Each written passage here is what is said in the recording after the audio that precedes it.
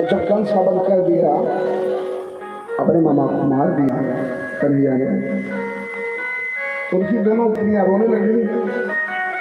कन्हैया की मामी का नाम था अस्थि और प्राप्ति। कंस की दो पत्नियां, एक का नाम था अस्थि, दूसरे का नाम था प्राप्ति। अस्थि माने है, प्राप्त मतलब जो प्राप्त होने वाले। तो कन्हैया जिन्हें अपने मामा का वध किया, उनकी मामी का नाम था अस्थि और प्राप्ति। ये जरासंध की पुत्री थी। और जरासंध बहुत बड़ा है, बहुत बड़ा संघ। जब अपने मामा को कन्हैया ने मार दिया तो दाऊ भैया को लेकर कहाँ गए?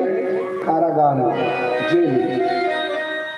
जिस जेल में वसुदेव जी और देवकी को कंस ने बंद कर रखा था, उनको छुड़ाने के लिए पहुंचते ही कन्हैया ने कारागार को हाथ जोड़कर प्रणाम किया। दाऊ भैया ने कहा, कान्हा ये कारागार को, जेल को क्यों प्रणाम कर रहे हो? लोग इसको अच्छा तो नहीं मानते, जेल का नाम बुरा होता है। कैसे भगवान ने कहा, दाऊ भैया तुम्हें नहीं, ये जो अंकुर जो है बलराम और कृष्ण नाम के जो दो बीज हैं, दो अंकुर हैं, ये दो बीज जो हैं कृष्ण नाम के और बलराम नाम के, ये वृक्ष कैसे लगे मालूम है? किसी वृक्ष को लगाने के लिए क्या चाहिए? मिट्टी में वृक्ष लगाते हो, उसमें जल डालते हो, खाद डालते हो, तब वो बढ़ता है, फलता है। दाऊ भैया आपको मालूम है ये बलराम और कृष्ण नाम का वृक्ष कैसे तैयार हुआ है? मैं उस अंकुर का पौधा हूँ,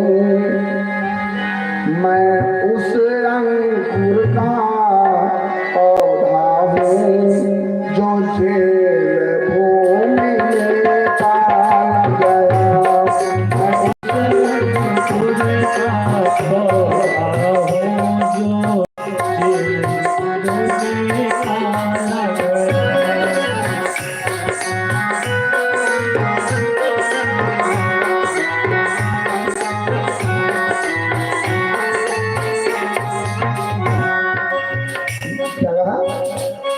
मैं उस अंकुर से ये पौधा तैयार हुआ है जो जेल में पाला गया है, और उसको पालने के लिए जिसकी जड़ में छे निरपराध लालो कालो काला गया, जिसकी जड़ में छे निरपराध लालो कालो काला गया।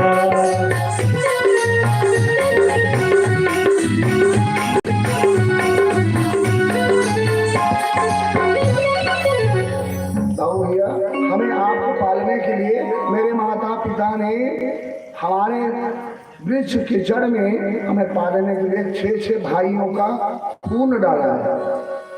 देवकी के 6 बेटों को कंस ने मार डाला था। उसके बाद दाऊ जी का जन्म हुआ था, फिर कन्हैया था।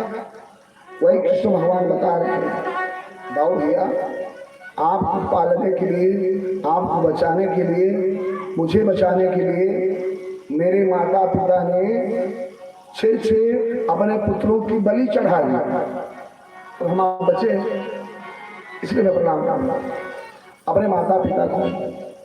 वसुदेव जी को, देवकी को जेल से छुड़वाया। आज पहली बार देवकी अपने पुत्र से भी जन्म दिया था। पैदा होते ही वसुदेव जी ने कन्हैया को गोकुल पहुंचा दिया। 6 वर्ष बीत चुका, 7वां वर्ष आज पहली बार गले मिली। माँ जी भर के रोई, अपने कलेजे के टुकड़े को आनंद के आंसू गिर रहे। अंदर ले गई, बड़ा प्यार दुलार हुआ। और नंद जी इधर आए हैं, जो वो बुलाए कन्हैया को, कहते कान्हा अब चल, अब तो जो होना था हो गया, कंस भी गया, निमंत्रण ही हो गया, चलो तेरी मैया तुझे याद कर रही होगी। जसोदा तेरी इंतजार में हो। अब क्या करे करिए। नंद जी कह रहे हैं कान्हा चल वृंदावन, वहां तेरी मैया नंदरानी तुझे याद कर रही होगी, तेरा इंतजार कर रही है। और यहाँ क्या हो रहा है? जिस माँ ने जन्म दिया है वो अपने बाहों में जकड़ करके नहीं रखो, बल्कि ये प्यार कर रही, छोड़ने का नाम नहीं ले रही। अब भगवान कृष्ण क्या करें? जिस माँ ने जन्म दिया उसको छोड़कर चले जाएं, कि जिस माँ ने जन्म के बाद प्यार दुलार दिया, तेल लगाया, उपटन लगाया, अपनी गोदी में खिलाया, क्या उसके पास समझा है? भगवान कृष्ण असमंजस में पड़ गए, क्या करना, कहाँ जाओ? कन्हैया अपनी मैया देवकी की बाहों से बाहर निकल कर आए नंद जी के पास पहुंचे। कई बाबा आइए, आंगली पकड़ ली बाबा की। अब कृष्ण भगवान एक किनारे गए, कहते बाबा ये सत्य है कि मैंने जब जन्म लिया तो जन्म लेने के बाद मैंने जसोदा मैया के हाथों से ही दूध पिया, उनकी गोदी में खेला। मेरी जसोदा मैया ने मेरे तेलू बटन लगाया। ऐसी कोई माँ अपने पिता की, अपने पुत्र की, अपने पति की, अपने भाई की सेवा भी करती है तो देवी रूप होती है। बाबा मैं जसोदा मैया का कर्ज कभी उतार नहीं सकता, लेकिन बाबा एक बात बताओ, क्या जिस माँ ने जन्म दिया है और जन्म लेने के बाद अपने कलेजे पर पत्थर रख करके 7 वर्ष बिता दिया, अपने लाल का मुंह नहीं देखा, जिसकी याद में रातों दिन तड़पती रही कि ना जाने मेरे लाल का दर्शन मुझे होगा कि नहीं? बाबा क्या उस माँ के लिए मेरा कोई फर्ज नहीं बनता? क्या मुझे उस माँ की सेवा नहीं करनी चाहिए? बाबा आप तो जानते हो, मातरम पितरम वृद्धम भार्या साध्वी सुतम सती, जो व्यक्ति समर्थवान हो, असमर्थ हो, मजबूर हो तो कोई बात नहीं।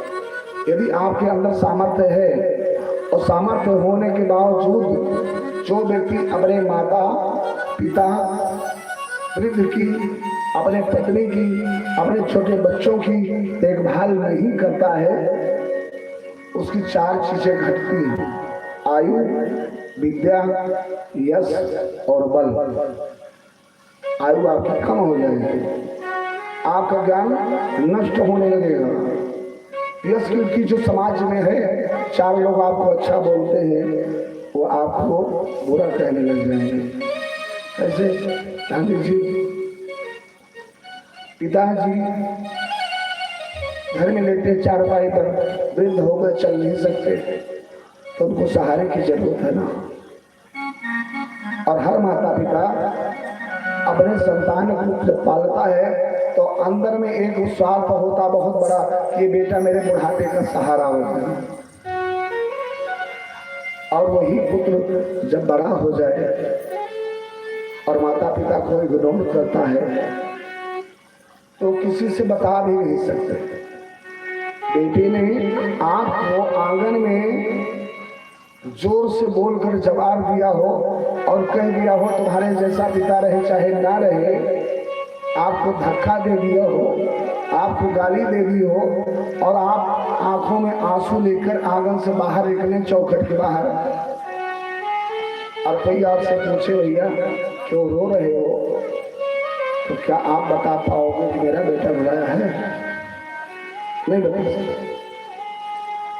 आप झूठ बोलेंगे, आप बहानेबाजी करेंगे। आपका बेटा परदेश चला गया, 5 साल बीत गए, आप गरीबी में हो, 100 रुपया नहीं भेजा हो, तभी कोई पूछेगा कि भैया लड़कवा का करत है, तो आप यही कहोगे भैया दिल्ली में रहता है, अगर पूछ लिया ख्याल रखता आपका, हाँ भैया गाड़ी चल रही भगवान के सहारे, ये नहीं कहेंगे 6 महीने हो गए 6 साल हो गए चिट्ठी लिए। क्यों? क्योंकि जो अपने होते हैं, जो स्वजन होते हैं, उनका एक शब्द जो होता है ना तीखा, वो तलवार से ज्यादा घाव करता है। और वो घाव ऐसा होता है बहुत प्रयास करने पर भी व्यक्ति बोल नहीं पाता। तो संसार में जब अपार कष्ट मिलता है तो अपनों से मिलता है, पराय से नहीं। बाबा मेरी जिस माँ ने मुझे जन्म दिया, जन्म देते ही मुझे गोकुल भेज दिया, मैंने उसका एक बार स्तनपान नहीं किया, मेरी माँ ने मेरा मुख तक नहीं चूमने को पाई। क्या आज मैं उस माँ का दिल तोड़ करके चला जाऊं, उसकी सेवा न करूं? क्या मेरा धर्म नहीं कहता है? बाबा यदि आप कहो तो मैं अपनी मैया को छोड़कर फिर से चला जाऊं। नंद बाबा की आंखें भर आई। कौन कहेगा कि तुम्हारी जिस माँ ने तुम्हें जन्म दिया उसको छोड़कर चले जाओ? कोई नहीं कह सकता। नंद जी ने मौन स्वीकृति दे दी, कुछ नहीं बोले। उग्रसेन जी आए, नंद बाबा की विदाई कर रहे हैं, तमाम गोप वालों की विदाई कर रहे हैं। नंद बाबा सिर नीचे किए हुए, आंखों में आंसू लिए हुए, कंठ अवरुद्ध है और चल पड़े मथुरा से वृंदावन के लिए। ऐसा लग रहा है जैसे संसार का सारा सुख, अनमोल हीरा अपने आप से दूर चला गया। जिस बेटे का 4 घंटे दूर रहना माता पिता से न सहन होता हो तो सोचो बेटा कितना अच्छा होगा। माता पिता जिस बच्चे को याद करके नहीं, जिस बच्चे की सेवा याद करके बच्चे को याद करे कि मेरा बेटा मुझे खुद नहीं करने देता था, मेरे बुढ़ापे की लाठी बन गया है, घर का सारा काम संभाल लिया है। अगर ये सोचकर माता पिता रोते हैं तो ही बेटा धन्य है। और बेटा तो वो धन्य है जिसको माता पिता याद करते हो। और माता पिता कौन धन्य है? जिसका बेटा अपने माता पिता के चरणों में अनुराग रखता हो, प्रेम रखता हो। तुलसीदास जी ने लिखा है, क्या कहा? अपनी पास सुनहु मातु सोई सुत बाड़ भागी, सुनहु मातु सोई सुत बाड़ भागी, जो पीतु मातु चरण अनुरागी, जो पीतु मातु चरण अनुरागी, जो पीतु मातु चरण अनुरागी, सुनहु मातु सोई सुत बाड़ भागी, सुनहु मातु सुत बाड़ भागी, जो पीतु मातु चरण अनुरागी, जो पीतु मातु चरण अनुरागी। जो अपने माता पिता की चरण में अनुराग रखता हो, प्रेम रखता हो, वो बड़ा भाग्य होता है, भाग्यशाली होता है। चाहे जितना धनवान हो जाओ, चाहे जितनी बड़ी कोठी बना लो, जो अपने माता पिता के चरणों में प्रेम नहीं रखता उसका जीवन कोई जीवन नहीं है। मैं प्रतिदिन इस प्रसंग पे 2 मिनट इसलिए बोलता हूँ कि आज 6 दिन में 7वां दिन है। 7 दिन में 10 लोग तो मिले ही होंगे जो अपनों से ही परेशान है, पराय से नहीं। कन्हैया किसको दुख दे रहा हो? नंद बाबा को दुख हो रहा है। क्यों? क्योंकि कान्हा उनके साथ नहीं जा रहा है। सुख मिलेगा देव की बसदेव को जिनके साथ है। और सबसे कष्ट अभी किसको होगा? जब नंद जी पहुंचे जा करके गोकुल वृंदावन अपने घर, तो जो उपहार दिया था गुस्से ने, साड़ी जेवरात वस्त्र मिठाई ले जाके आंगन में रखा, चारपाई पर बैठ गए पलंग।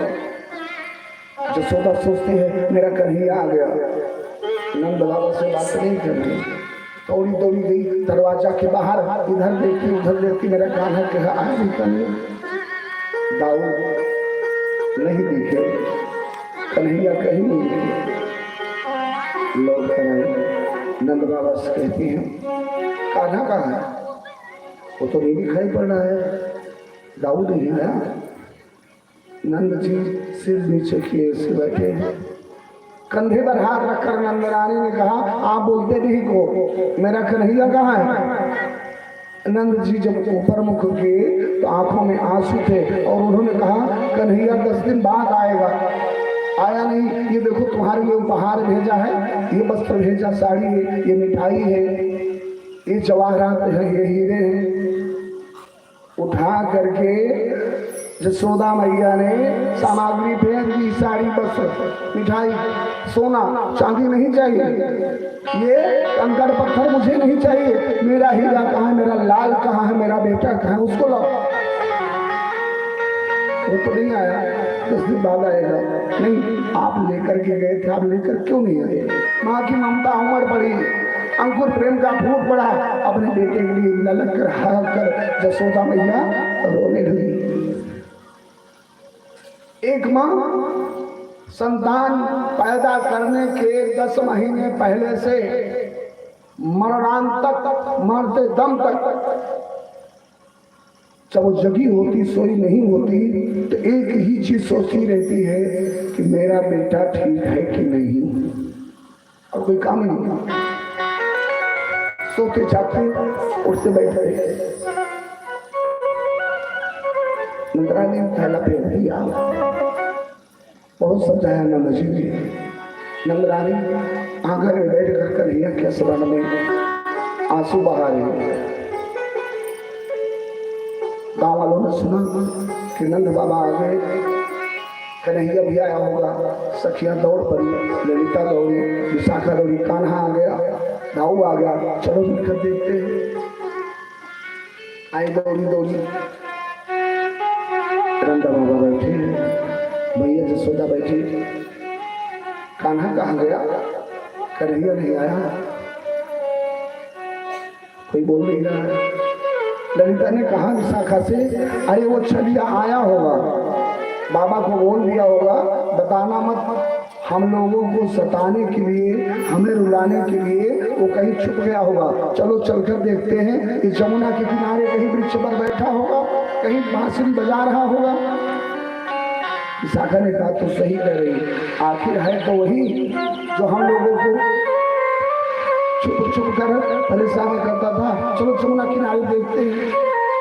राधा जी दौड़ी चली आई, विशाखा आई, ललिता आई, मधुमलिका आई, सुनीता आई, सारी सखियां बाल बाल कहाँ गए?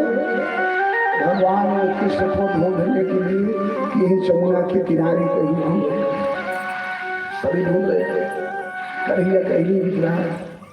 एक सखी ने कहा अरे देख वहीं कहीं होगा, माथे पर तिलक लगी होगी, राधा राधे देख, चल ढूंढते हैं, यही कहीं कन्हैया छुपा होगा यमुना के किनारे।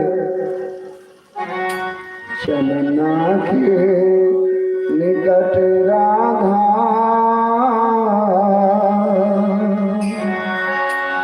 यमुना के निकट राधा, मन मोहन खड़ा होगा।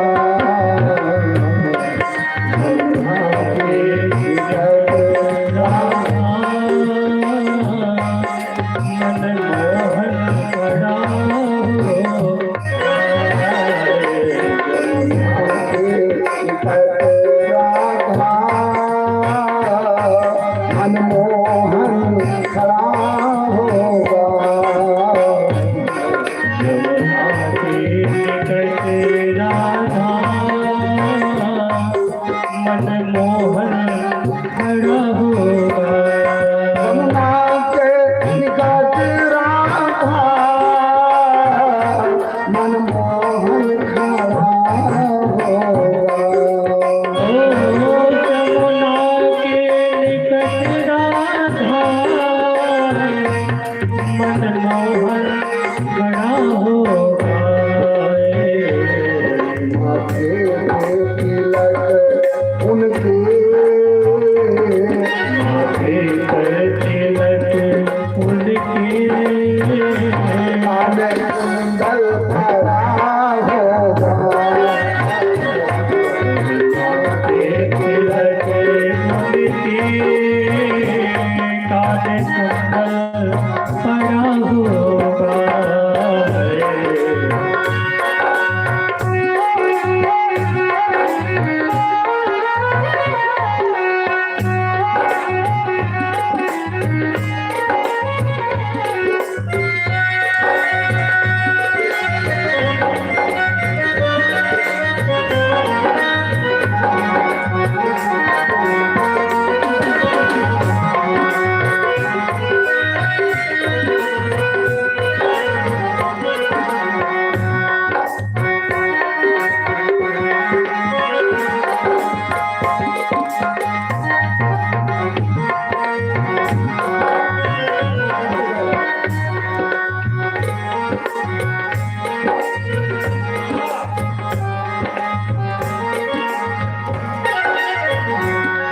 गोवर्धन गिरधारी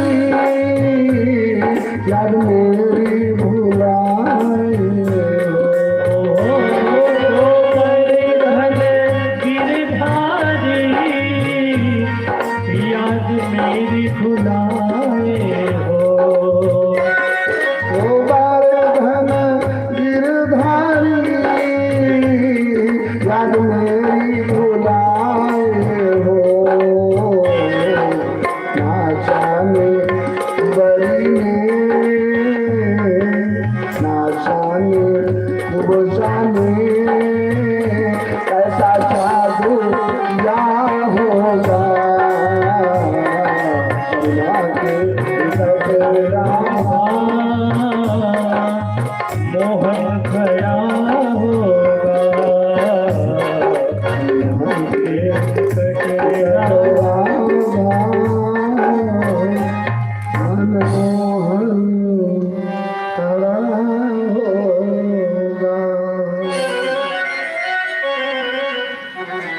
बहुत ढूंढा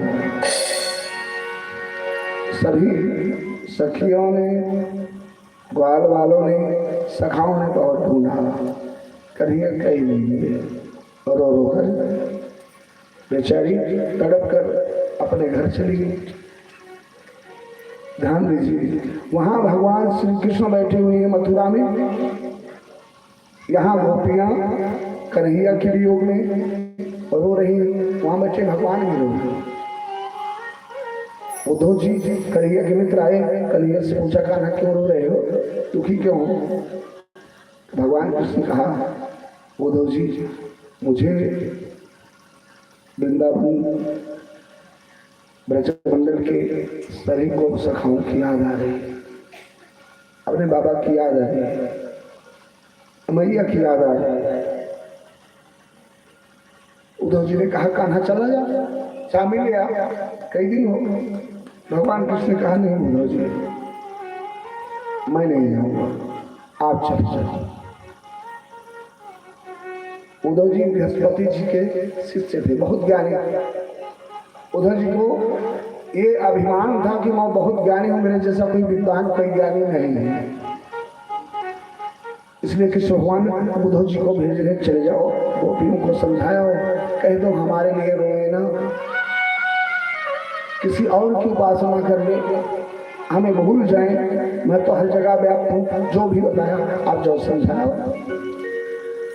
उद्धव जी ने कहा ठीक है कान्हा तुम कह रहे हो तो मैं चला जाता हूँ। उद्धव चलने लगे। वही रथ जिस रथ पर कृष्ण भगवान बैठकर आए थे, अक्रूर जी लाए थे, उसी रथ पर आज उद्धव जी विराजमान हुए। देखने में एकदम कन्हैया जैसे थे उद्धव जी, अंतर इतना था सावले सरकार सावले है उद्धव जी को। वही रथ है, वही वस्त्र पीताम्बर पहने हुए वैसे देश में ही उद्धव जी जब रथ पर बैठने लगे तो भगवान कृष्ण ने कहा सखा एक मिनट रुको, एक चिट्ठी लिख दूं, लिए जाओ। भैया जसोदा को एक चिट्ठी दे देना, क्योंकि माँ मेरे लिए बहुत रो रही हो। एक चिट्ठी लिख कर दिया उद्धव जी को कृष्ण भगवान ने, और पत्र पाए जब उद्धव चलने लगे तो पुनः भगवान ने रोका, उद्धव जी रुकिए, एक चिट्ठी और लिख दो, ले जाकर के बाबा नंद को दे देना। दो चिट्ठी हो गई, उद्धव जी चलने लगे। फिर कन्हैया ने रोका, उद्धव जी की एक चिट्ठी और लिख दो, राधा को दे देना। उद्धव जी ने कहा कान्हा ऐसा करो तो जितनी चिट्ठियां लिखी हो एक ही बार में लिख दे, फिर मैं निकलता हूँ। एक चिट्ठी और लिखा कर लिया। गर्भ संहिता में बताया गया है भगवान श्री कृष्ण ने 4 चिट्ठियां लिखी थी, और चिट्ठी लिख करके कहा उद्धव जी की कि हे उद्धव जी जाइए, गच्छ शीघ्रं व्रजेः, गच्छ शीघ्रं व्रजेः सखे सुंदरम श्रीलता कुंज पुंजादि गच्छ शीघ्रं व्रजेः सखे सुंदरम श्रीलता कुंज पुंजादि विरमान्वितम्।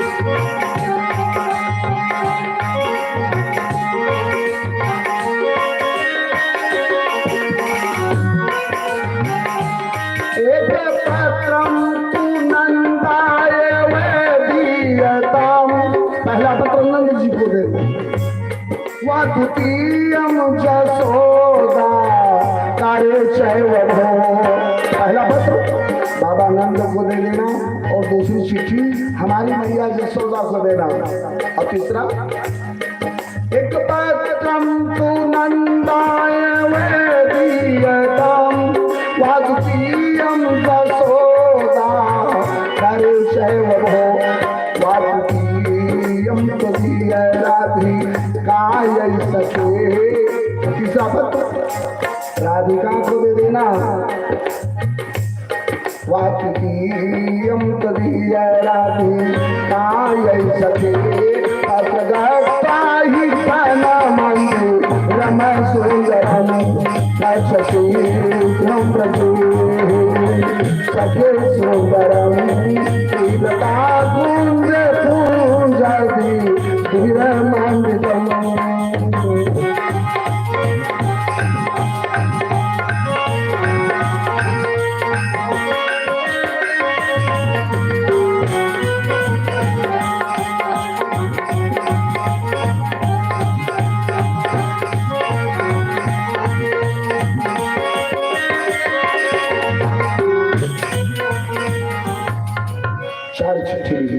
ये गर्भ संहिता का श्लोक है।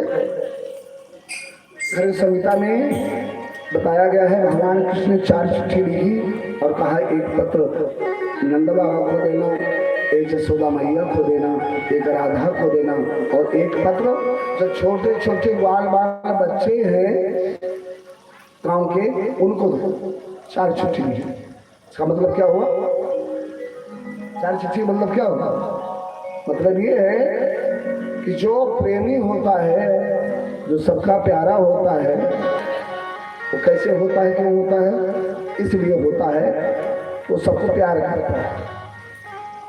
इनाय क्यों चला गया खाली अपने माई बाप को याद करने का वाले होंगे नहीं, जैसे चिट्ठी अपने बाबा आनंद को लिखा, उसी तरह छोटे छोटे ग्वाल बाल जो थे उनको भी चिट्ठी दिया, ताकि ये कोई ना समझे कि भगवान इनको ज्यादा मानते हमें कम मानते। उनकी दृष्टि में हर व्यक्ति बराबर है। बोलिए मत, आप बात कर रहे हैं भगवान की कथा में, मंडप में, पंडाल में, जहाँ सत्संग हो रहा हो, बैठ के बात नहीं करना चाहिए। वैसे सत्संग में जाना, भागवत सुनना अब किसी के स्वभाव में नहीं रह गया। ये हमारी माताएं बहनें हैं, ये तो कम से कम नहा धो के सुबह धूप अच्छा अगरबत्ती धूप भगवान को दिखाती हैं, कथा में 2 घंटे समय भी दे देती हैं। हमारे भाइयों के पास सभी टाइम है। आप लोग धन्य हैं। यहाँ तो अक्सर लोग अब आते हैं तो कहते हैं रमेश भैया तो ठीक कह रहा, खाली अच्छी वो गड़बड़ लग रही है, टंडा लगवाए रहे ना, या तभी यश के होते बहुत चमक। 2-4 जगह पंडित आ रहे, भागवत का है, वो गनवत गावत रहे, कथा कहाँ कहते रहे। 4 सदस्य रहे हैं, वह आपन सलाह देंगे। 3 चंद हैं इस दुनिया में, हुकुम चंद, राय चंद और ज्ञान चंद। ज्ञान बांटेंगे तो हाल देखिए पंडालिटियां में अड़वा कर रहा और उनके मरी चूनी गिरी हुए 4 साल से सोझिल ना है। आप यहाँ आई हो, आप आए हैं तो 2 घंटे का जो समय है इसका सदुपयोग कर लो। ये कान में कहीं से भी कान्हा का नाम, भगवान का नाम जाएगा ना, तो वो दवा का ही काम करेगा। जितनी देर बैठे हो, मन में नहीं अच्छा लग रहा है, नहीं पसंद आ रहा है, कोई बात नहीं, तभी बोलिए मत। कुछ लोग ऐसे होते हैं ना, उनको चाहे जितना घी पिला दो, जैसे थरी आ गई है पर से दाल चावल कैसे बने हो, सब्जियां बन नून प्याज बा तुम्हें मन में ना रोज खुद मुझसे करेंगे। इसलिए नहीं कहीं हिंदू धर्म जीवन भाई बहुत बेकार है। उनका नाम है भाई, अगर केहू नाम छेदी लाल हो तो गुस्साया ना, उनका नाम रहा छेदी लाल ना हो, और वही संजोग से डीएम डिस्ट्रिक्ट मजिस्ट्रेट बने, पढ़े लिखे बन गए। तो पद जो होता है नाम से नहीं होता। आपका नाम कोई भी हो, आपके अंदर टैलेंट है तो आप डीएम बन जाओगे, एसपी बन जाओगे, मजिस्ट्रेट बन जाओगे, कुछ बन सकते हो। लेकिन उन्हें सज्जनी विचार ने भर दिन कहीं जाते भैया बाहर नावा कहा ठीक ना लगता, डीएम हुआ और छेदीलाल का अच्छा नहीं लगता। मैं इसलिए बता रहा हूँ पढ़ा लिखा होना कैसे चाहिए, खाली डिग्री से कोई पढ़ा नहीं होता। तो वे कहीं बहुत खराब लागो जब हमें तो छेदीलाल का तब गुस्सा लगा। हिंदू धर्म में खराब बा, एक काम करा, हम हिंदू धर्म छोड़ते अब चलते ही मौलवी साहब से मिला मस्जिद में, कह दे हमें मोहम्मद भाई वाला धर्म ज्वाइन कर दिया, अब हिंदू धर्म ना रहना चाहिए। मौलवी साहब आए, उनसे कही डीएम साहब एक काम करा, कौन बढ़िया नाम देखा हमारा अच्छा नाम रखो, ये नाम ठीक नहीं है, मैं डीएम हूँ, कुर्सी पर बैठता हूँ और नाम हमारा ये है छेदीलाल, अच्छा नहीं लगे, अच्छा नाम विचारो निकालो। तो वो अपन पोथी पत्र निकाले, मोदी साहब बेचारे कहीं हाँ सही कहा था, अब हम बढ़िया नाम तोहार निकाल दिया, कहीं काम निकाला, कहीं आज के बाद तोहारा नाम है सुराग अली, कहीं हाँ ये नाम अच्छा रहा, देखा कितना बढ़िया नाम बा। गए अपने घरे, कहीं देखा हमारे इतना सुंदर नाम निकाले मौलवी साहब, तो सब छेदीलाल का कहीं काम निकाले भैया, कहीं आज से हमारा नाम हुआ सुराग अली, कहीं पागल जैसे छेद वैसे सुराग बात देख के का परिवर्तन कहीं नहीं। ये होना है मुसलमान मुस्लिम धर्म भी नहीं ठीक है। अब हम चला जाते हैं पंजाब क्रिश्चियन, गए पादरी के लिए चर्च में, कहीं फादर मुझे अपना धर्म ज्वाइन करा दो, कबूल करवा दो, मैं अपना हिंदू बनकर रहना चाहता हूँ, मुसलमान, और मैं क्रिश्चियन बनूंगा, मेरा अच्छा सा नाम निकालो। हिंदू धर्म सब छेदीलाल कहते थे, मुसलमान भाई बन गए तो हमें सुराग अली कहने लगी, बतिया तो कह भाई कहीं हाँ बात तो एक हुई, कहीं बेटा हम बढ़िया नाम निकाला थी तो खोले पत्रा को दिया बेचारे अंगुली उंगली गिनती की बहुत सुंदर नाम मिला। बताओ आप डीएम हैं पता है ना सुरा गली छिले ठीक ना देखा इतना बढ़िया नाम हम निकाले ही एक काव निकाला कहीं ना आज के बाद तुम्हारा नाम है मिस्टर होल सिंह। मिस्टर होल सिंह बड़ा पसंद है मेरा नाम मिस्टर होल सिंह। आए बताएं कितना सुंदर नाम है क्रिश्चियन धर्म कितना अच्छा है। आज के बाद मेरा नाम मिस्टर होल सिंह। गांव वाले कह रही गया तो डीएम ले अरे जैसे सुराग वैसे छेद वैसे होल बात तो कही। आप कहीं भी जाओ चाहे मंदिर में जाओ चाहे मस्जिद में जाओ चाहे गुरुद्वारे में जाओ चाहे काबा जाओ चाहे मक्का जाओ चाहे मदीना जाओ मिलेगा एक ही। अगर तुम्हारी आंख पे पुतरी है मोतिया बिना नाय भवा लेंस लगवावे पर नाय लगवावा था ना दिखाए बा अंधा हो गया अकल का तो ना दिखाए पड़े बाकी वही है। मिलेगा सावरिया बजेगी बांसुरिया मिलेगा सावरिया बजेगी बांसुरिया जनमया नमो जनमया नमो जनमया नमो जनमया नमो जनमया नमो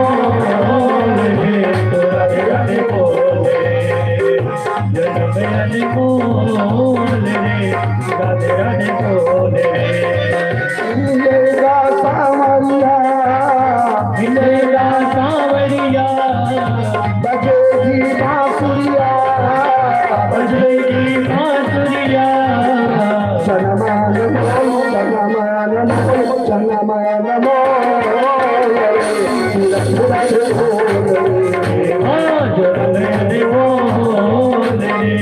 राधे राधे बोले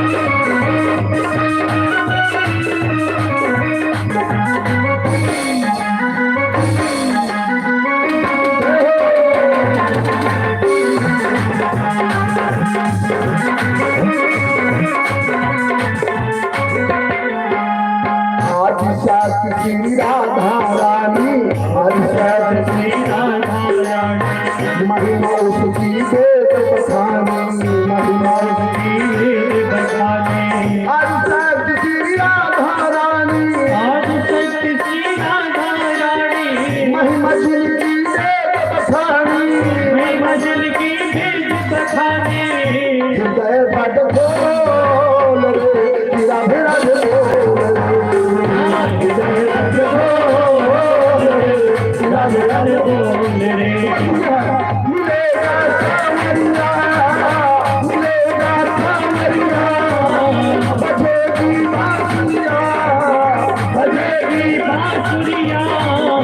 जनमया नमो जनमया नमो जनमया नमो रे गिरा भिरा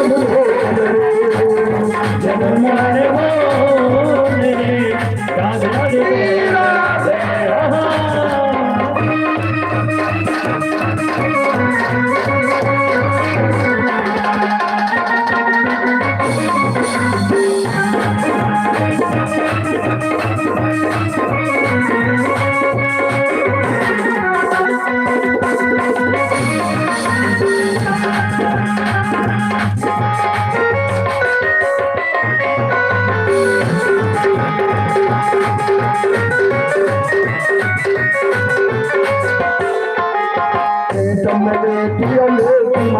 जननी संगलेट के बाल कहाए स्वार भये जुवती संगलेटे लेट तो उमर गवाए क्षीर समुद्र के लेट नहार का धन कभी नहीं मन लाए लेट ही चिता पर लेटन के दिन आए चिता पर लेटन के दिन आए चिता पर लेटन के दिन आए चढ़ो अरे सूप चढ़ो चढ़ो धना के सुख और दुख चित्त चला अब हमारे नीक बना के इस कृपाल को जानो नहीं इस कृपाल को जानो नहीं अब चल चल राधे चार जना के चल चल राधे चार जना के चल चल राधे चार जना के तो कोई बोले राधा राधा कोई बोले राधा राधा कोई बोले राधा राधा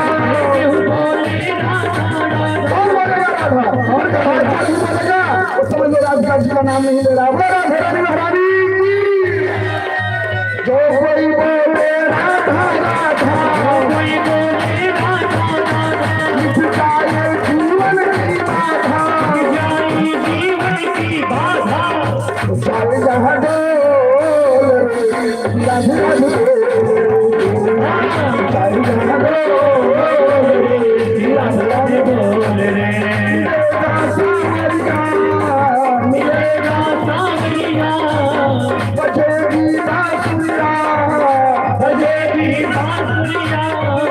जनमया नमो जनमया नमो जनमया नमो राधे राधे जनमया नमो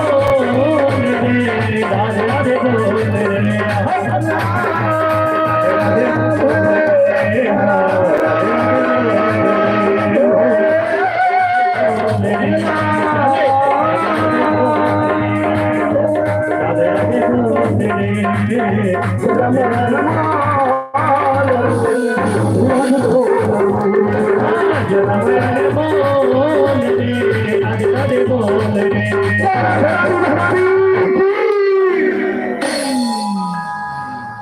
बोलिएगा नहीं चाहे मिस्टर बोल सिंह बन के बैठा चाहे छेदी लाल चाहे सुराग अली बोल रहे हैं जी कहाँ पहुंचे चिट्ठी लेकर जा रहे वृंदावन बाबानंद मैया यशोदा बालवानों को समझाइए पूछते पूछे कथा बड़ी लंबी है आज हमारे रमेश जी के ही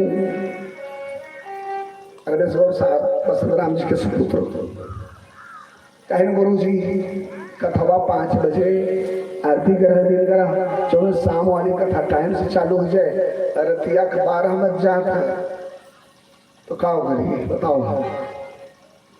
हमारी आदत अगर मैं एक टाइम कथा बोलता हूँ तो कम से कम 4.5 घंटे और 2 बार कथा कह लो तो 2.5 घंटे हम 9 बजे बैठे हुआ तो हम 2.5 घंटा कथा का हम 12 बजे रतिया बैठे हुआ तो 2.5 घंटा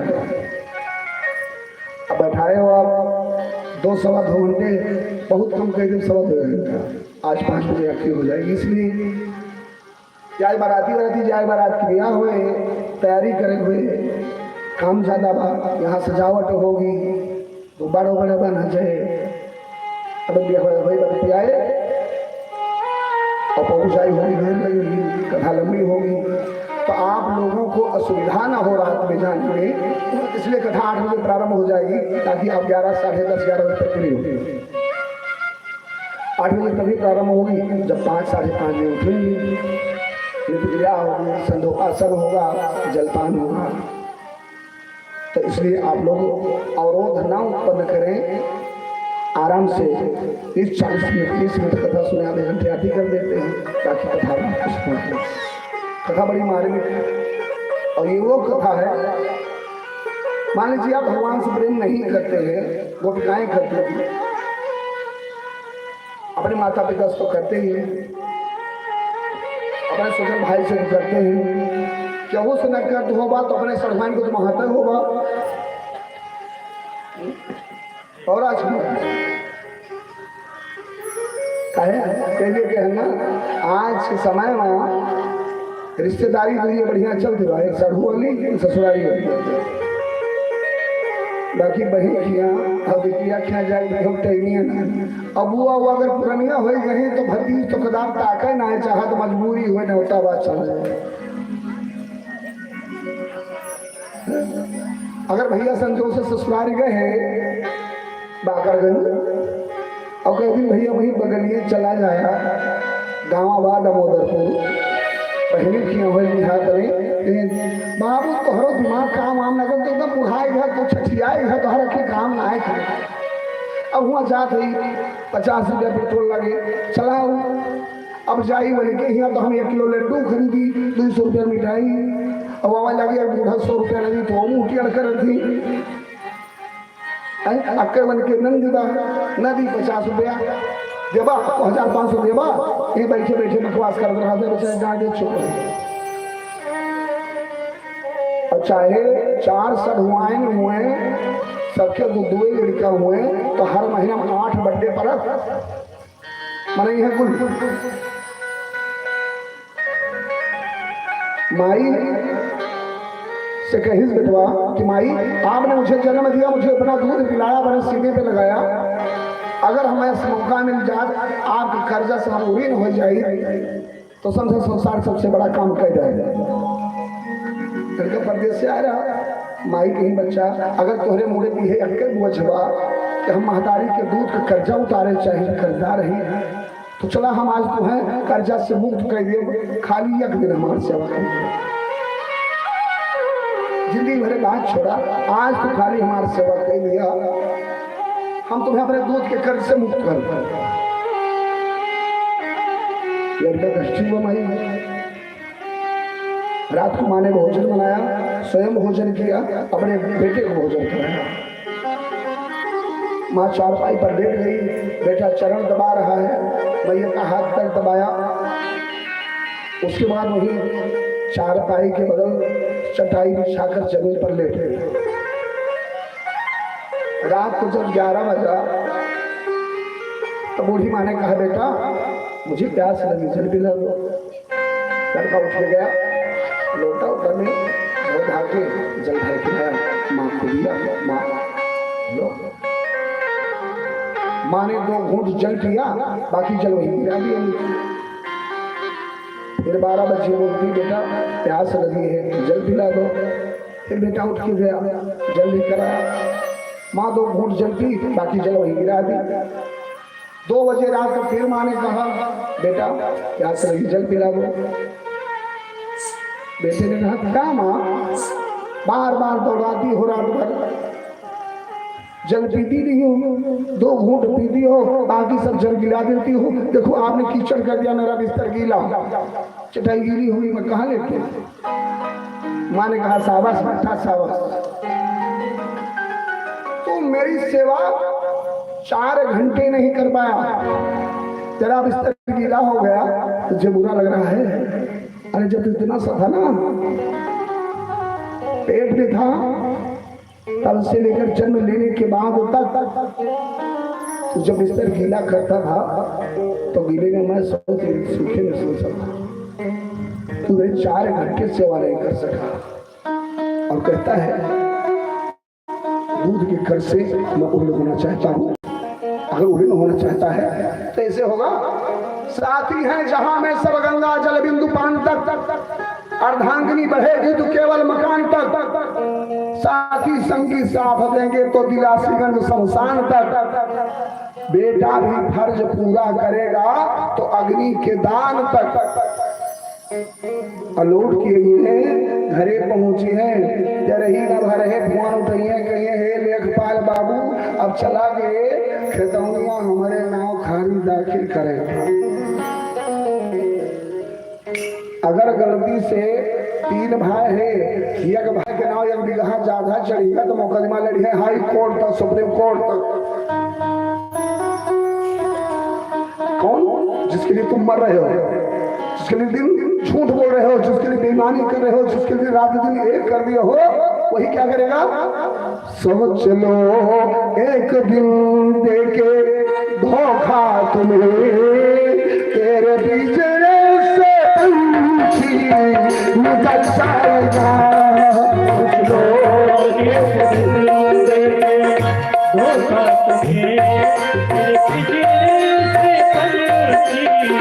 निकल जाएगा।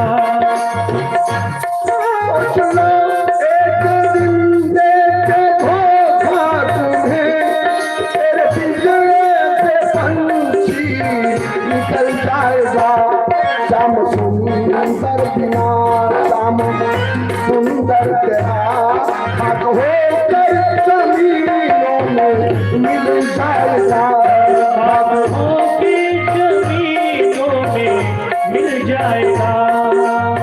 यही सोचकर कि ये जीवन राम नाम बिना बेकार है। गोपियां कन्हैया की याद में रातों दिन कान्हा का स्मरण याद करके सोती है, कान्हा का स्मरण याद करके जगती है। भोजन करते समय कन्हैया की याद आ जाती तो थाली छोड़कर उठ जाती, भोजन नहीं देती।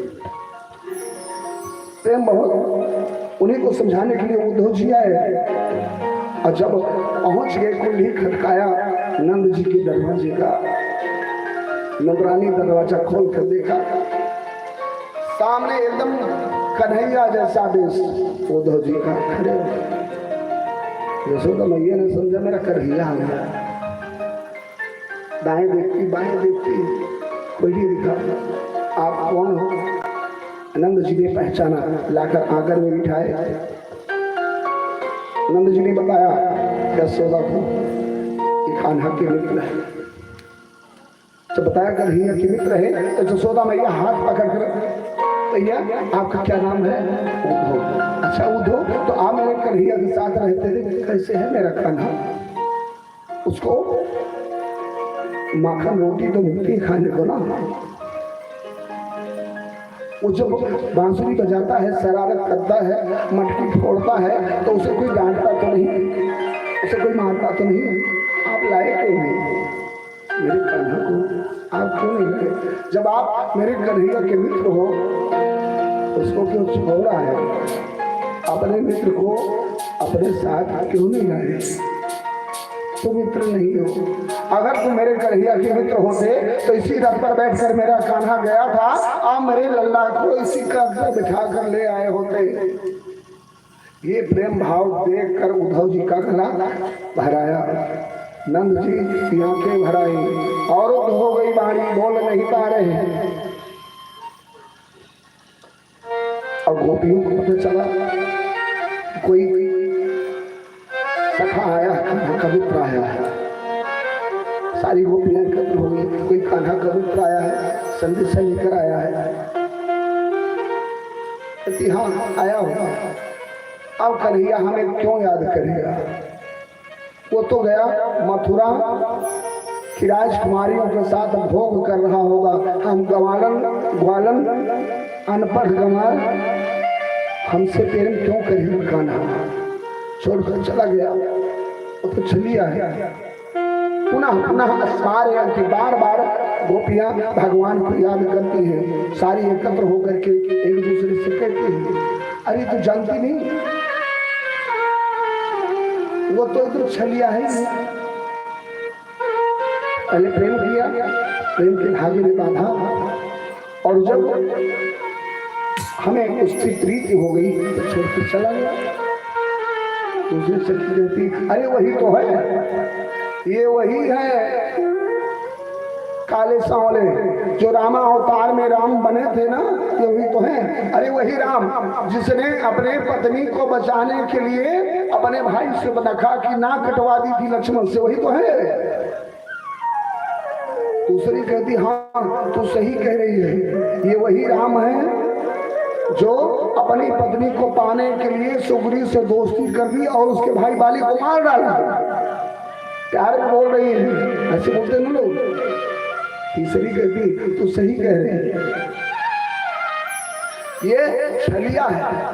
बामन भगवान बन करके, ब्राह्मण बन करके राजा बलि को छल लिए, उसका सब लूट लिया है। ये संसार में किसी का हुआ नहीं, ये तो धोखेबाज है।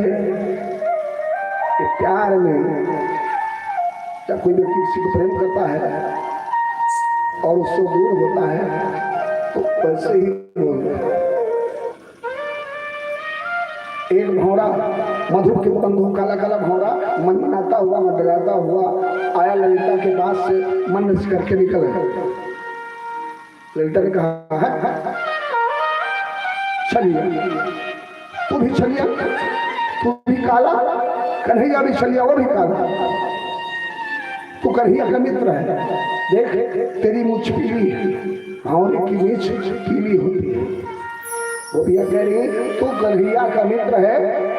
कन्हैया जो बनमाला पहनता है उस माला के पुष्पों पर बैठकर तू रस चूसता है, तेरी मुझ पीली हो गई, तू कन्हैया के पास से आ रहा है। जैसे तू पुष्प पर बैठता है और फूल का रस चूस लेता है, जब उस पुष्प का रस समाप्त हो जाता है तो दूसरे फूल पर जाकर बैठता है, ऐसे तेरी तरह ही कन्हैया पहले प्रेम करता है, जब उसका दिल भर जाता है, मन भर जाता है, वो छोड़कर किसी दूसरे के पास चला जाता है।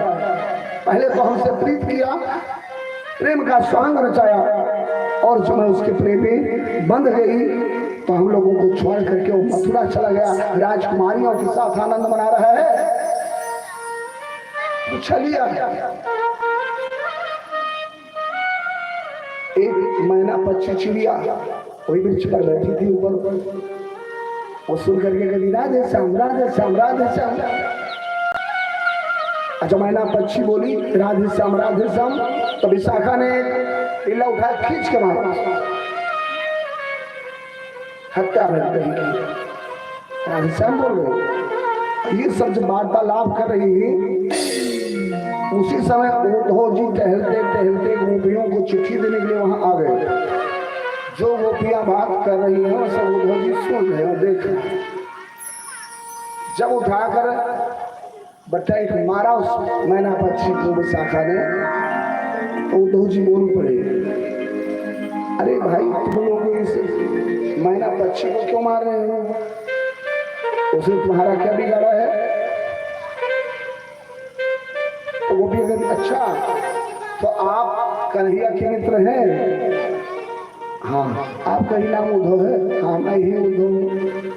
तो कन्हैया ने तुम्हें अपने माता पिता को आनंद देने के लिए, समाचार देने के लिए भेजा है। उद्धव जी कहते नहीं तुम्हारे लिए भी भेजा है, लेकिन ये बताओ तुम चिड़िया को क्यों मार रही हो, मैंने बच्चे को क्यों मार रही हो। ललिता कहती है वियोगन होती है इससे,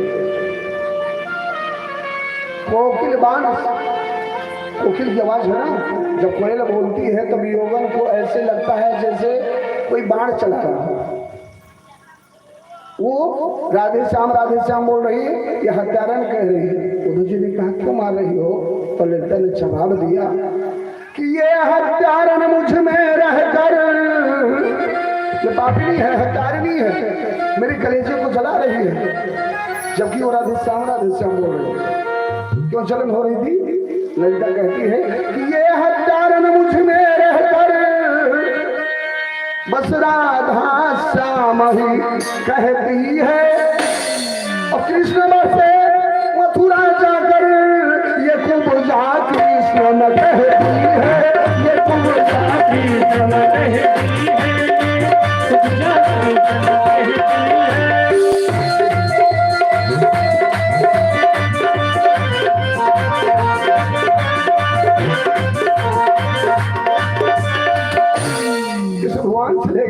मथुरा में वहां बसे ये कुब्जा कृष्ण क्यों नहीं बोल रही, राधे श्याम क्यों बोल रही है। श्याम तो छोड़ करके चले गए कुब्जा के पास, के हत्यारण है कि नहीं, समझ रही हो। आप किसी से प्रेम करते हो और वो तुमसे रोज 4 बार बात करता हो, रोज 2 बार मिलता हो, और 10 दिन बीत जाए ना तुम्हें फोन करे ना आपसे मिले, और पता चले वो किसी और से बात कर रहा, वहां नाच गा रहा, आनंद मना रहा, तो कैसा लगेगा। पावत खबड़ी फोड़ डाला, वही है प्रेम में सहन नहीं होता। प्रेम जब भी कहीं प्रेम को खींच ले, बस वही प्रेम की भावना माने, आंसू बहते रहे बाणी और हो, बस वही प्रेम की वेदना माने।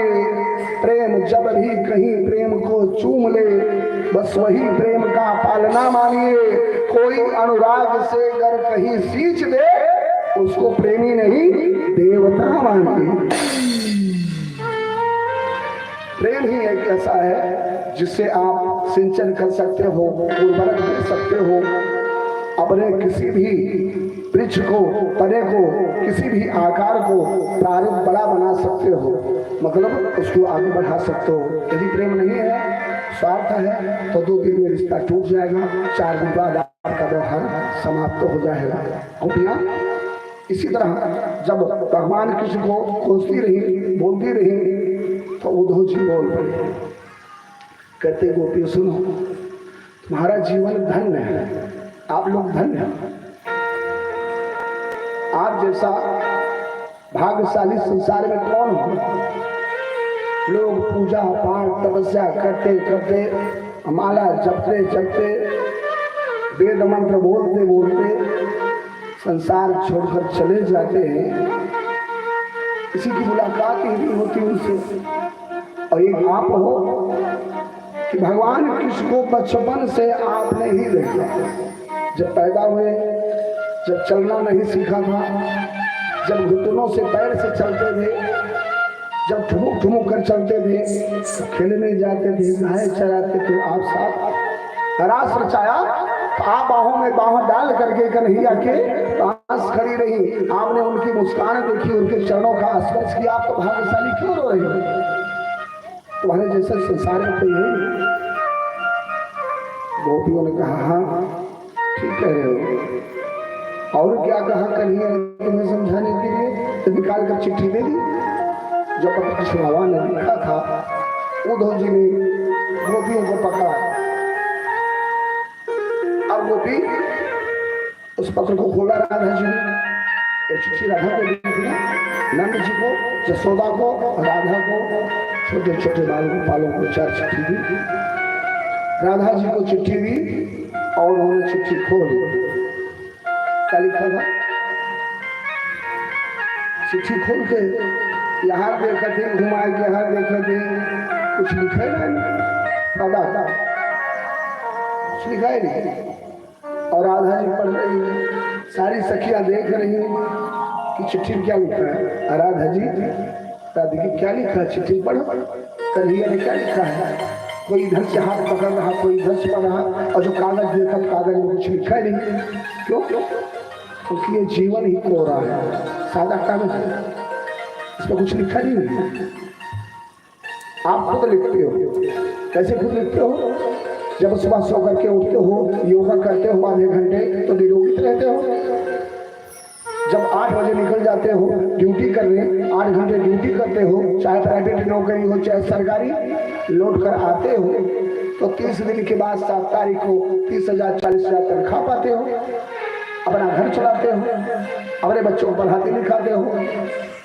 और जो ये नहीं करता वो बीमारी लेके घूमता है, ऐसा नहीं होता तो दूसरे सामने हाथ फैलाता है। हर व्यक्ति अपना कर्म स्वयं बनाता है, कर्म के आधार पर हस्तरेखाएं बदल जाती हैं। आप मेहनत करोगे तो उत्साह संपन्नम दीर्घ सूत्रम क्रिया विधर्यम व्यसने सशक्तम सूराम पिता के अंतिम सौर हृदय लक्ष्मी स्वयं आती निवास।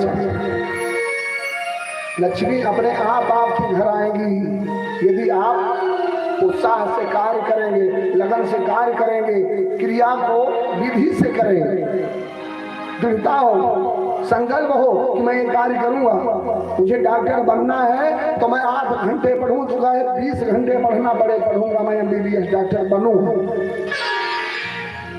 बने जरूर, मेहनत कभी जाया नहीं जाती। छोटे पंडित चंदन जो बैठे हैं, आप 11 वर्ष की उम्र से महर्षि में 10 वर्ष की उम्र से बढ़ रहे, आज 16 वर्ष की उम्र भागवत कह रहे तो। और इसी बता दो, जितने लोग हमारे सहयोगी बैठे हैं, रमेश जी, जमुना जी, बसंत राम जी, राजेश जी, आप सब देख रहे हैं, सबसे ज्यादा मेहनत ये लड़का करता, सुबह 4 बजे से रात 2 बजे तक जगता है। यहाँ भी क्या आपके यहाँ इसको कहना नहीं पड़ा कि 2 बजे कथा चालू होगी, मंच में पहुंच। तो जिसके अंदर लगन होगी, जिसके अंदर उत्साह होगा, और यो ना है अपने महतारी बाप का दुलारा बेटा है, का लड़का है माँ बाप का। पांडे जी के एक ही बेटा है, चंदन पांडे, शिवानंद पांडे। ये भी 4 से कहते हैं चले ठीक बाबा हो। प्रीति की डोर तुमसे लगी, प्रेम की ऊना तोड़ो करी, प्रेम की डोर तुमसे लगी,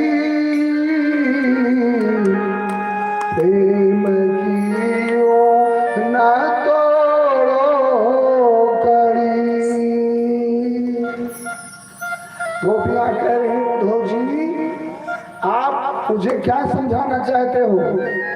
मैं जानती हूँ आपको जो संदेशा दिया हो कन्हैया ने, कहो, समझाओ मुझे। आज मैं देखती हूँ तुम्हारे ज्ञान में कितना दम है। मुझे समझा सकते हो तो समझाओ, क्या कहना चाहते हो?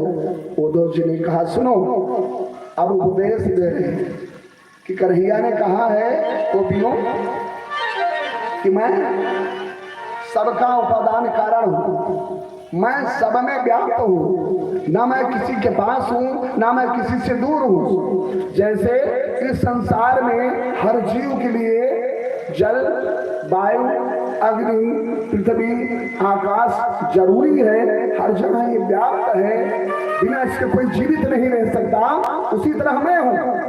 मैं हर जीव के अंदर विराजमान हूँ, कण कण में, पहाड़ों में, नदियों में, अग्नि के वेग में मैं ही हूँ, मैं किसी से दूर नहीं हूँ। गोपियों से कह देना, कृष्ण भगवान ने कहा था। उद्धव जी बता रहे हैं कि गोपियों से कह दो मुझे भूल जाए, अपने हृदय से मुझे निकाल दे, मैं किसी एक का नहीं हूँ। इस संसार के हर प्राणी में मैं बसा हूँ, चाहे कीड़ा हो, चाहे पतिंगा हो, चाहे जानवर हो, चाहे मनुष्य हो। गोपियों ने कहा, अच्छा, वो हर जगह है, हर जगह व्याप्त है। आप मुझे बताओगे, अभी आपने कहा उद्धव जी कि आप धन्य हो, आप कन्हैया के साथ खेली हो रही हो, आप मुझे कान्हा के बारे में बताओगे? अरे मैंने उसकी कलाई पकड़ करके जमुना के किनारे उसको नचाया है, कन्हैया के साथ हमने खेला है। भगवान कृष्ण हमें वो प्यार दिए, वो दुलार दिए हैं, बांसुरी बजा करके ऐसे रास रचाया, ऐसे नचाया है, और आप कह रहे हो कि मैं कन्हैया को भूल जाऊं? ऐसे कैसे हो सकता है? आप उद्धव जी मुझे समझाने का प्रयास मत करो, अपने ज्ञान की पोटली को अपने पास रखो। मैंने अपने आत्मा से, अपने हृदय से कन्हैया के चरणों में अनुराग किया है। मैं बिना कान्हा के नहीं रह सकती, और कन्हैया के अलावा मैं किसी का स्मरण भी नहीं कर सकती। किस भगवान के अलावा मैं किसी का स्मरण नहीं कर सकती। अपने ज्ञान की पोटली आप रखो, ये प्रेम की बात है, आप इसको नहीं समझोगे। उद्धव जी ने कहा, धन्य हो, आप धन्य हैं। मैं भगवान से प्रार्थना करूंगा अगला मेरा जो जन्म हो इसी ब्रजमंडल में मैं जन्म लूं, इसी ब्रज में जन्म लूं, चाहे मैं कीड़ा बनूं, चाहे मैं जानवर बनूं, पक्षी बन जाऊं, जलचर बनूं, हलचर बनूं, अगली बार मेरा जन्म हो तो मैं यही कहूंगा, हे हरि ब्रजवासी मोहि कीजिए। किसी होने में मेरा जन्म हो तो ब्रज में निवास हो। और उद्धव जी वहीं पर रुक गए, ब्रज में गोपियों के साथ बहुत दिनों पर निवास कर रहे हैं। उद्धव जी गोपियों के पास हैं, और भगवान कृष्ण, कल मैंने बताया था कि जो भक्त प्रश्न करते हैं कि भगवान कृष्ण और कुब्जा का क्या संबंध था, तो इस भागवत के श्लोक के माध्यम से श्रवण करें कि एक भक्त का भगवान से कैसे संबंध, या पूजा के बारे में जो सोचते हैं कि पूजा भगवान कृष्ण की नित्य सिद्धा पत्नी थी, वो इस श्लोक को ध्यान से श्रवण करें। श्रीमद् भागवत के 48वें अध्याय में, 10वें स्कंद के 48वें अध्याय का 6वां श्लोक। भगवान कृष्ण ने वादा किया था कुब्जा से कि मैं तुमसे मिलने आऊंगा। उद्धव जी वही बस ब्रज में, और कृष्ण भगवान यहाँ आए कुब्जा का, और जब कुब्जा घर पहुंचे तो भगवान के आने का इंतजार कर रही थी कुब्जा। भगवान मेरे घर आएंगे वादा किए हैं, तो वो 16 श्रृंगार करके, बिस्तर लगा करके, सुंदर आभूषण वस्त्र पहन करके बैठकर उनका इंतजार कर रहे थे। किसका? भगवान। और कृष्ण भगवान पहुंच गए, देखा ये तो श्रृंगार करके बड़ी सुंदरी बनी बैठी है। भगवान कृष्ण जब कुब्जा के पास पहुंचे उस समय कुब्जा पलंग पर बैठी हुई। कहूंगा थोड़ा समझिए, सारी चीजें ओपनली नहीं कही जा सकती। और जब भगवान कृष्ण पहुंचे कुब्जा के पास तो कृष्ण भगवान हिचक रहे थे, नए मिलन में संकोच कर रहे थे। तो कुब्जा ने क्या किया, आहू ये कहता नव संगमहिया विसंकिता कंकड़ भूषिते करे प्रगृह्य सैया मधिदेश रामया ले मेनु ले पार पण पूखिले सया। आहूय कांता नव संगमहिया, नए मिलन में नई मुलाकात हो रही है भगवान कृष्ण की कुब्जा की, इसलिए भगवान संकोच कर रहे, झिझक रहे, कुब्जा भी झिझक रही। भगवान ने कुब्जा को बुलाया, अपने पास बुला करके प्रगृह्य सय्याम अधिवेश से रामया, भगवान ने कुब्जा की कलाई पकड़ ली और आज उसको वो आनंद मिल रहा है जो कुब्जा ने भगवान के मस्तक पर चंदन लगाया। कथन आपने सुना कि कुबड़ी जा रही थी, कुब्जा जा रही थी, गीत गा रही थी, घनश्याम चले वो हमारी गलिया। भगवान आए, भगवान कृष्ण को देखकर कुब्जा उनके मस्तक पर चंदन लगाना चाहता जो कंस के लिए ले जा रही थी, लेकिन कुबड़ी ऊपर नहीं पहुंच रही थी मस्तक तक। तो भगवान ने उसके चिबुक पर अंगुली रख करके उसे सीधा करके सुंदर नारी बना दिया था। कलाप कथा सुने थे, उसे एक चंदन का आनंद है।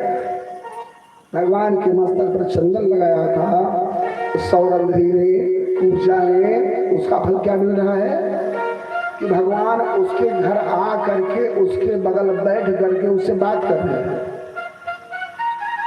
इसलिए पंडित जी पढ़ते हैं, सुबह चंदन लगाते हो जब, चंदन से महापुण्यम पवित्रम पापनाशकम आपदाम हते नित्यम लक्ष्मी तिष्ठ सर्वदा। भगवान को मात्र चंदन लगाने से अगर ये मिलता है तो कम से कम घरामा 10 रुपया की डिब्बी मिले तो रो लीजिए, 5 रुपये कलावा मिले, ना तांबे का लोटा होए, स्टील का लोटा सही, एक छोटी सी मूर्त बनाए लो, एक कोने में रख लिया, पीढ़ा पर धई लिया, अखबार बिछा लिया, ईंटा धई लिया, ठाकुर जी का बैठाए के व्रत है करिया करिया गोल कर उनके, चाहे जहाँ चंदन लगा देगा ना उनके वही मुंह, जहाँ चंदन लगा ले वही माथवा ही रखना है,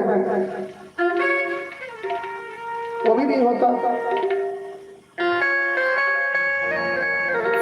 एक वैश्या थी, गली में सब अच्छे लोग रहते थे, बीच में एक घर था वैश्या का। तो गांव में कुछ हो, जब उस कॉलोनी में शादी विवाह तो नाचने गई तो गई नहीं, जिसको कोई बुलाता नहीं था, निमंत्रण नहीं देता था। वहीं बीच में एक मंदिर था कृष्ण भगवान का, समरिया के मंदिर। तो हमारे जो पंडित जी रहते रहे, जन्माष्टमी को भगवान का जन्म दिवस मनाया जाता है, जन्माष्टमी मनाते हैं, भंडारा होता है। तो पंडित जी सबको निमंत्रण देने के लिए कॉलोनी में निकले और जब उस गली में पहुंचे, जिस गली में वैश्या रहती थी, वहां पर म्यूजिक बज रहा था, संगीत बज रही थी। वैश्या के घर में ये समाज बाजा तरीके से बजा हुआ था बिना मन के।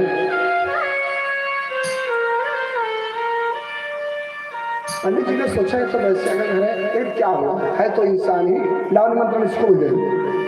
पुजारी चले गए, उस वैश्या को भी निमंत्रण दे दिया कि आज शाम को भंडारा है, ना भोजन कर दे दी। अब वो सोच रही है कि कोई बुलाता नहीं, आज बुलाई चलती हूँ। खूब श्रृंगार किया, बहुत सुंदर थी वैसे, फर्स्ट क्लास मेकअप वोकअप करके एकदम फिर बढ़िया श्रृंगार करके बड़ी सुंदर बन करके। उसको ये था कि मेरे जैसा सुंदर कोई संसार में है नहीं। और जब शाम को पहुंची कन्हैया के मंदिर में, सांवरिया की उस पत्थर की बनी हुई मूर्ति को देखा तो दंग रह गए।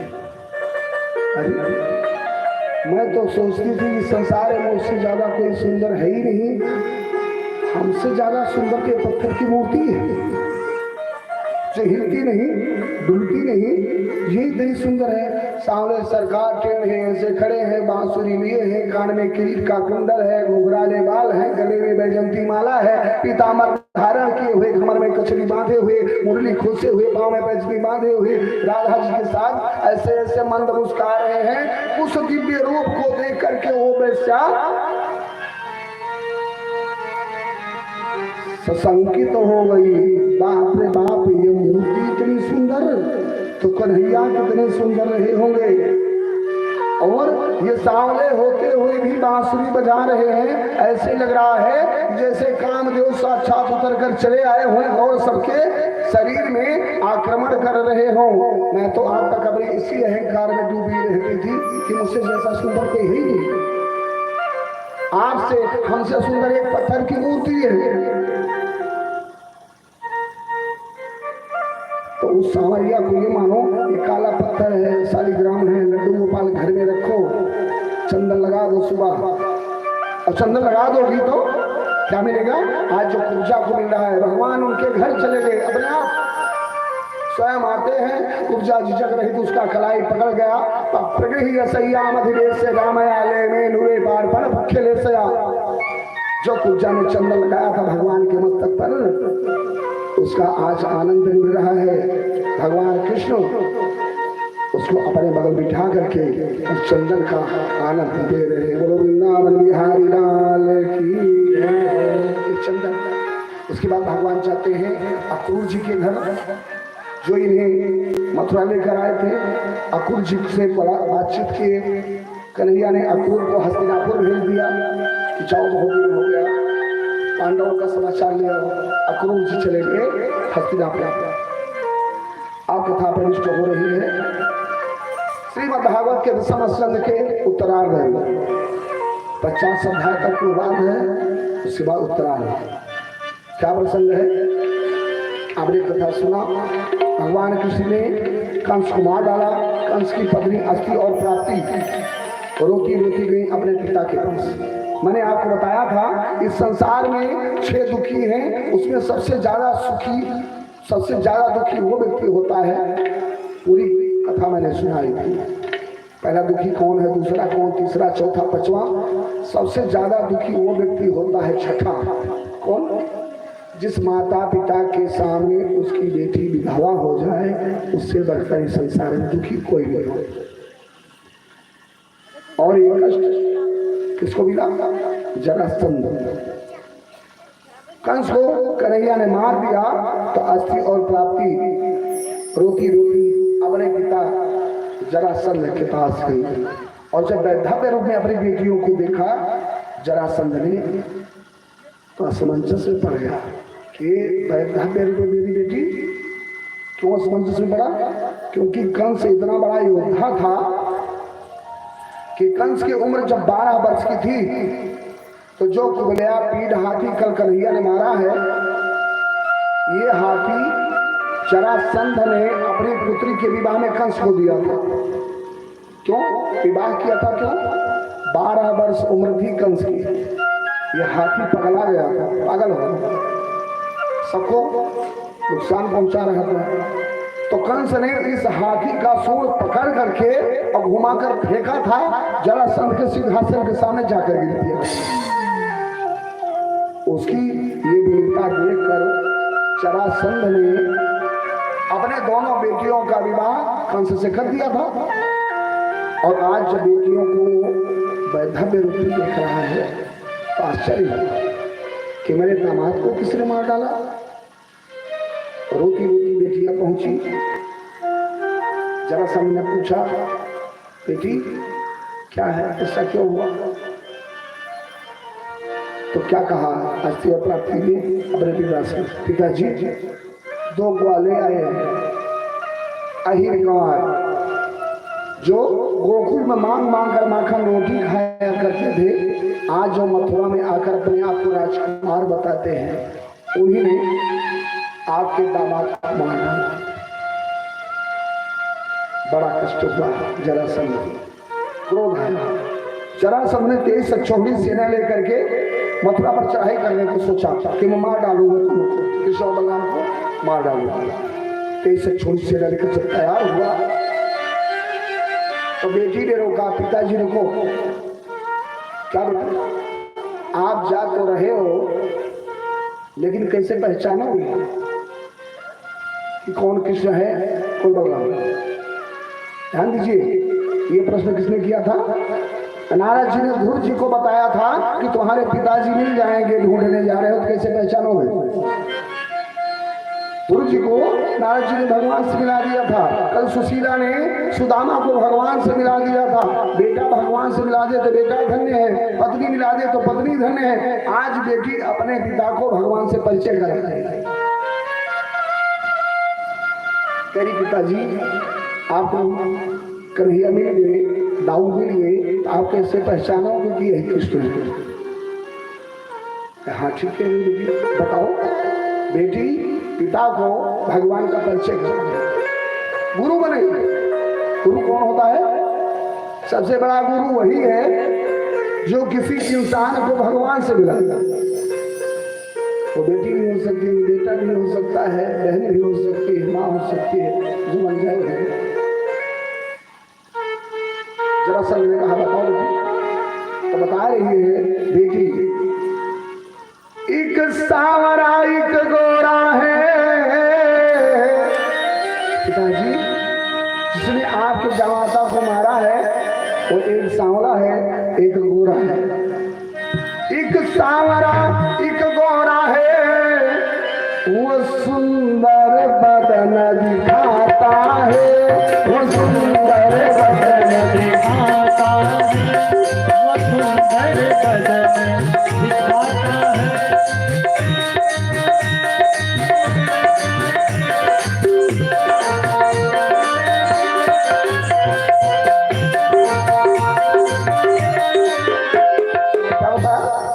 सांवला है, जो छोटा वाला है वो सांवला सांवला है, और जो बड़ा वाला बलराम है वो गोरा है। देखने में दोनों बड़े सुंदर लगते हैं। और बता दूं, जो सांवला सांवला है वो पीला पीला पीताम्बर पहना हो, और जो गोरा गोरा है वो नीला वस्त्र पहना हो। भगवान कैसे हैं, वो कपड़ा कैसे पहनते हैं और कहाँ मिलेंगे, ये बेटी अपने पिता को बता रही है।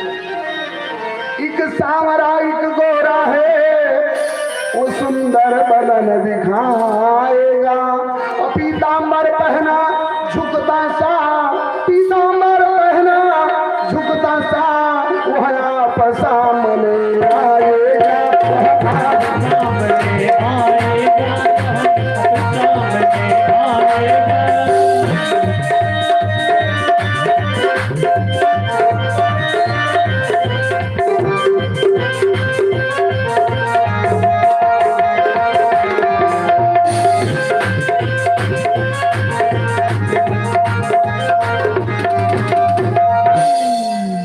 सांवला गोरा, गोरा वाला पीला वस्त्र धारण किया होगा, सांवला वाला नीला।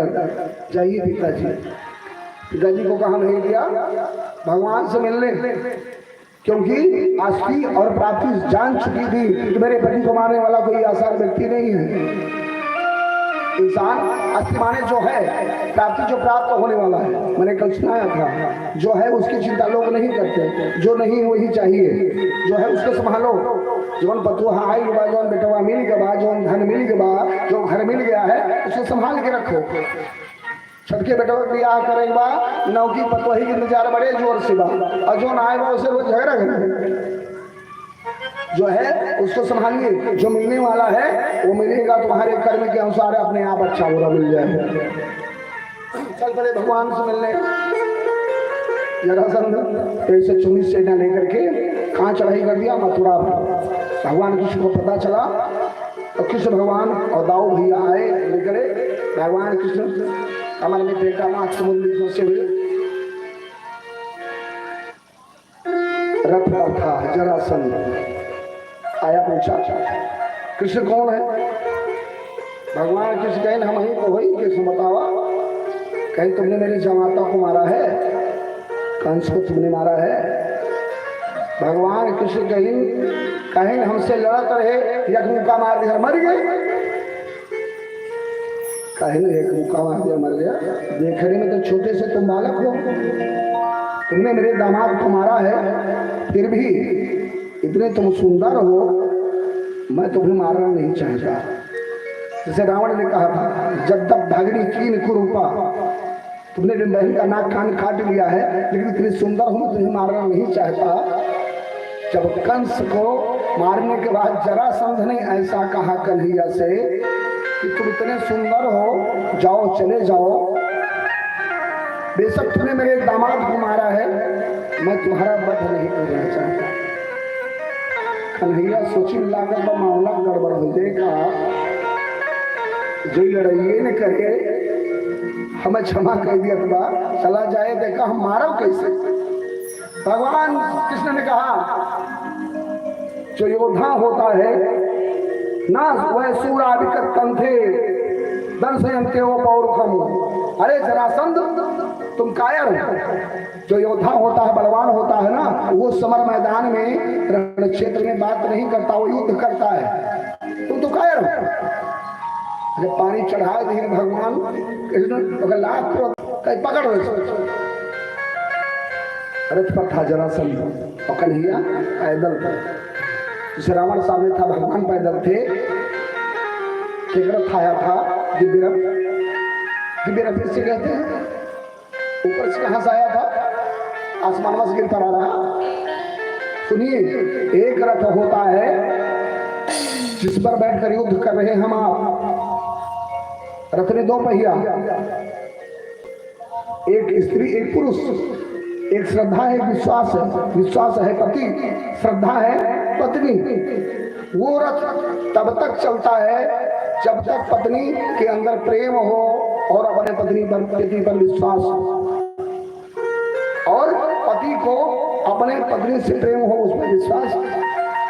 ये रथ तब तक चलेगा जब तक पत्नी श्रद्धा के रूप में रहेगी और पति विश्वास योग्य रहेगा।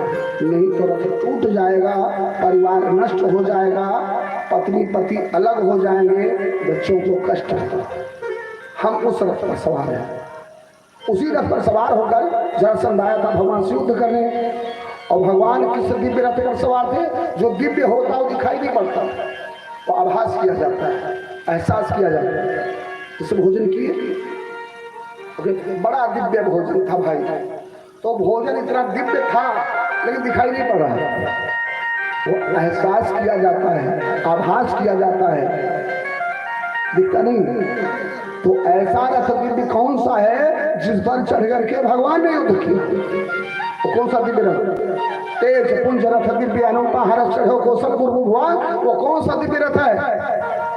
वो रथ दिव्य होता है जो जिसके रथ पर ऐसा झंडा लगा हो जो हमेशा लहराता रहे। झंडा कैसे लहराता है? जब दंड मजबूत होगा तो झंडा लहराएगा। अगर तुम्हारा बांस वाला दंड कमजोर है, टूट गया तो झंडा गिर जाएगा। तो वो दंड कैसे होना चाहिए? धैर्य रूपी दंड। मैं हिम्मत नहीं हारूंगा, चाहे जितना बड़ा योद्धा सामने है मैं युद्ध करूंगा।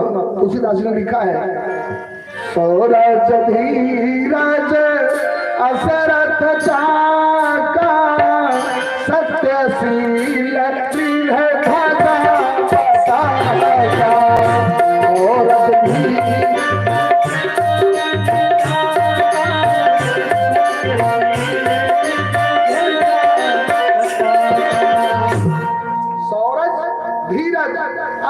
चाका सौर और धैर्य रूपी रथ का पहिया और सत्यशील दृढ़ ध्वजा पताका, वो पताका झंडा लहराता हो, जहां दृढ़ता हो, सत्य हो और शीलता हो, वो झंडा लहराता रहता है। अगर ऐसे रथ पर बैठे हो तो कवच पहन लो।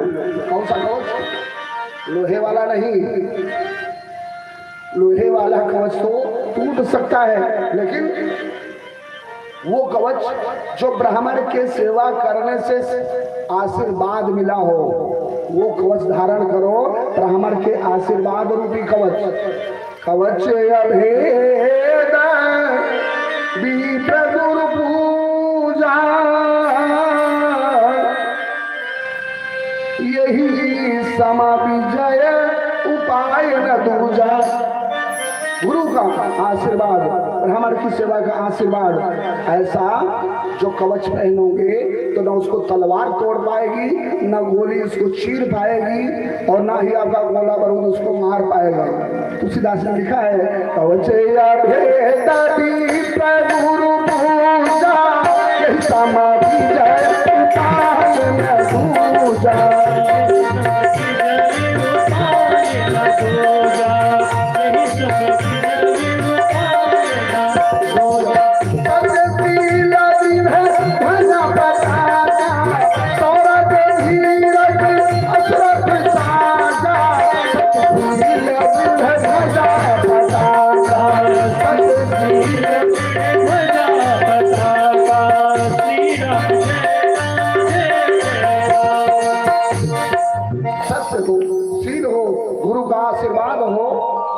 चाहे जितना बड़ा योद्धा सामने हो आपको पराजित नहीं कर सकता।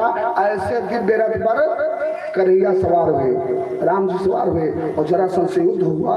सारी सेना को कन्हैया ने मार डाला, और दाऊ भैया ने जरासंध को पकड़कर बांध दिया।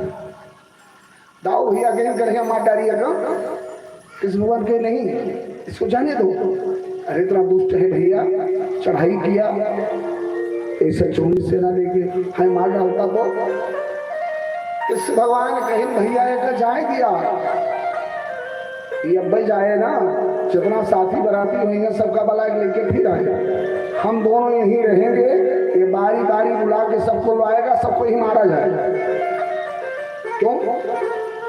कहीं से कुछ लोग ये स्रोत थे, अबे मैं बाजार में झगड़ा कर लिया, अब क्या हुआ, थप्पड़ मार दिया।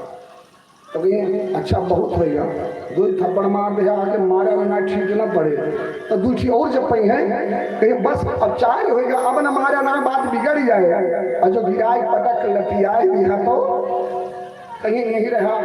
अब्बा आवत है जाया ने अब्बे तोहार बताओ, और जो चला जाइए तो जो दो चार छाठी रही साथी बात आती, साथे खाए पिए वाले उठे बैठे वाले, कहीं ना फलाने मारे ही चला उन्हें लेके हुई है। भगवान किस कह रहे, जो दुष्ट व्यक्ति होता है वो दंड पाने पर क्षमा हो जाता है। इसको मारो मत, इसको अपमानित करके छोड़ दो। जब ये जाएगा और दुष्टों को बुला कर लाएगा, जितने दुष्ट साथी होंगे उनको पकड़ कर लाएगा, युद्ध करने आएगा। दाऊ भैया यही बारी बारी सबका मारा जाए, यही रहा जाए, इन्हें दौड़े गया। बोलो वृंदावन बिहारी लाल। जरासंध को छोड़ दिया। जरासंध ने 23 बार चढ़ाई की, 17 बार। जरासंध ने 17 बार मथुरा पर चढ़ाई किया कन्हैया को मारने के लिए, और तब हार गए। जिन्हें खेल हो गए तो समा तो बेचारे सर्वंत मारा घरे न जाए। बाबू कहीं भैया कहाँ है, और कहना है, वो रिजल्ट निकला रहा है, भैया रोल नंबर देखा पास वास भया कि ना है, तो बेचारे सब मारा बोलते ना है, घरे ना जाते कि उनके पिताजी से बताई कि पहले लड़का फेल हो गया, शर्म मारा ना आया उनका। तो पिताजी गए, उनका एक रहा पास हो गया, लेकिन एक तरह साथी फेल हो गए होते ना है, चला बुलाए नहीं। पिताजी लेके गए, कहीं पागल, अरे 1 साल फेल हो गया, मेहनत करा, अगले साल पास हो जाबा, कहीं शर्मात है।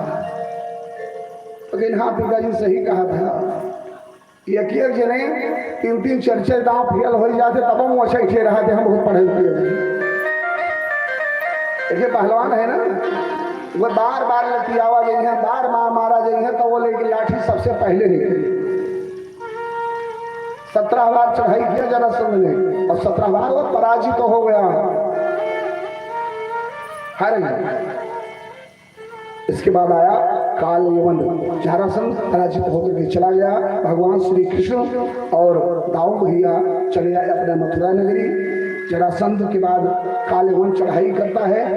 काल यवन जब चढ़ाई किया तो यहीं पर भगवान से सलाह करके दाऊ भैया ने दोनों ने एक संबंध, दोनों भाई सलाह करके 12 योजन 12 योजन का एक नगर बनाया। अंता समुद्र के अंदर भीतर 12 योजन का एक नगर बनाया।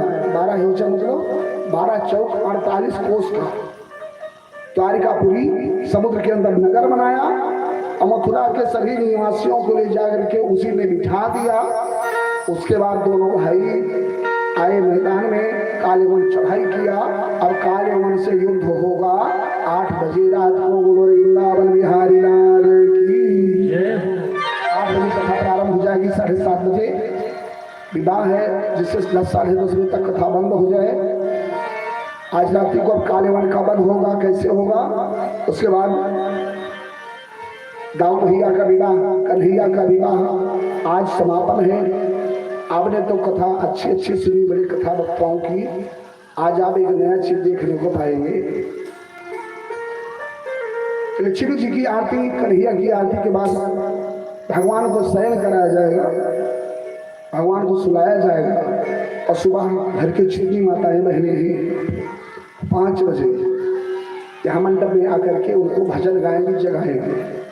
आप लोग आज एक दूसरे रूप का विवाह देखेंगे रात्रि को 7:30 बजे से। पुनः मैं बताना चाहूँगी माताओं बहनों से, भाइयों से निवेदन है, आप लोग कथा में आए सभी तो अपने मन से संकोच निकाल दीजिएगा। पुनः कह रहा हूँ, याद दिला रहा हूँ, हमने आपसे ऐसा कुछ नहीं कहा है कि आप साड़ी कपड़ा लेके बर्तन लेके आना, नहीं तो मत आना। भगवान ने दिया है तो लाना, नहीं तो आप भगवान के दरबार में जरूर आना। एक सुमन लेकर, सुंदर मन लेकर चले आना, क्योंकि इस दरबार में सब कुछ भरा पूरा रहता है। आइए जोड़ी भरकर ले जाइए, कन्हैया का चरण पूजिए। बोलो सामने सरकार की हरि राम हरे राम राम राम हरे हरे।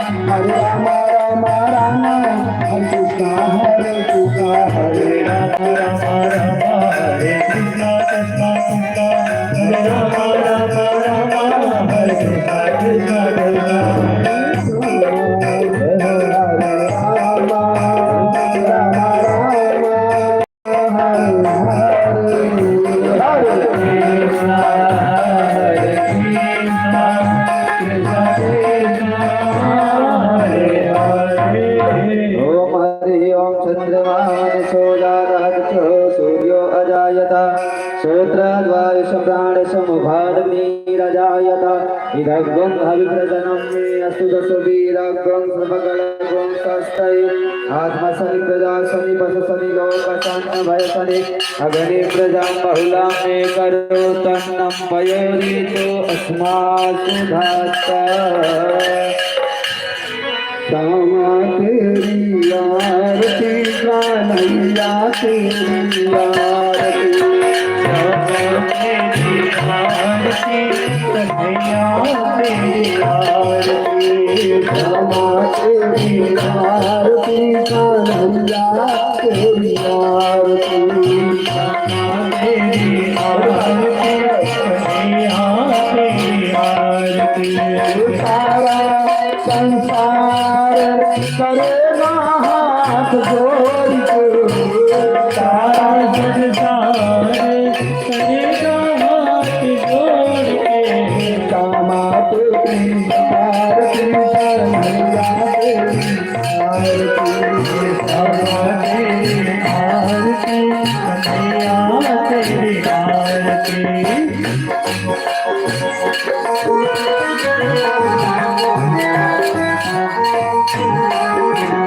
साउंड वाले भैया मेरी आवाज सुन रहे तो आ जाए, साउंड वाले भैया।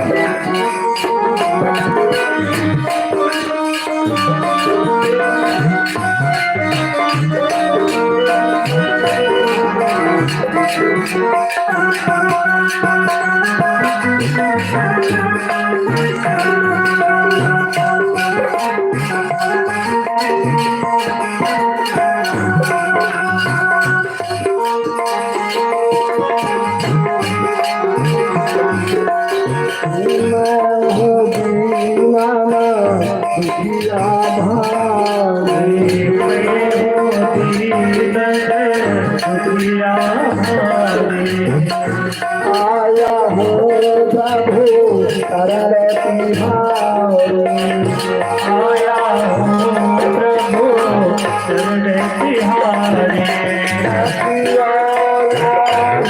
हमारा हाथ जोड़ के रखी हो नाज हमारे हाथ जोड़ के, क्षमा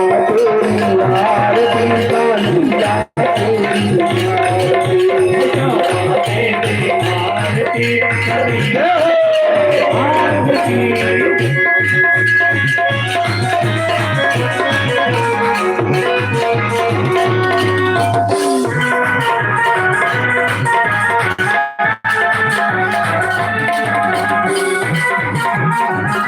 कन्हैया लाल की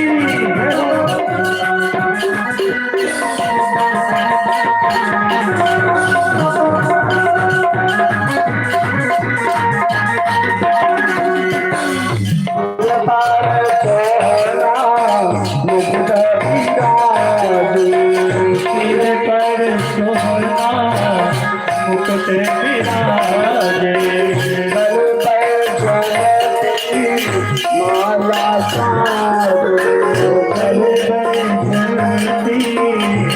माला साजे, और फूलन को हार हाथ जोड़ के बड़े फूलन को हाथ हाथ जोड़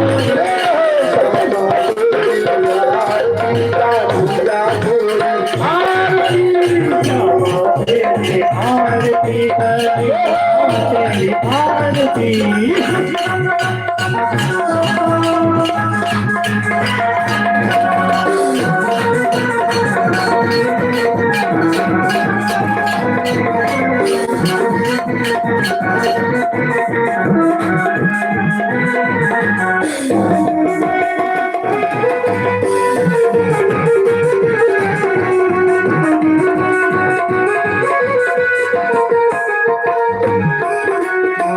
ब्रह्मा दीपक सदा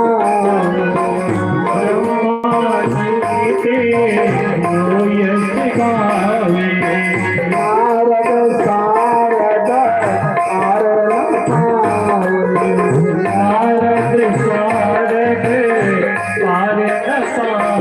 सरकार जय जयकार जयकार हाथ जोड़ के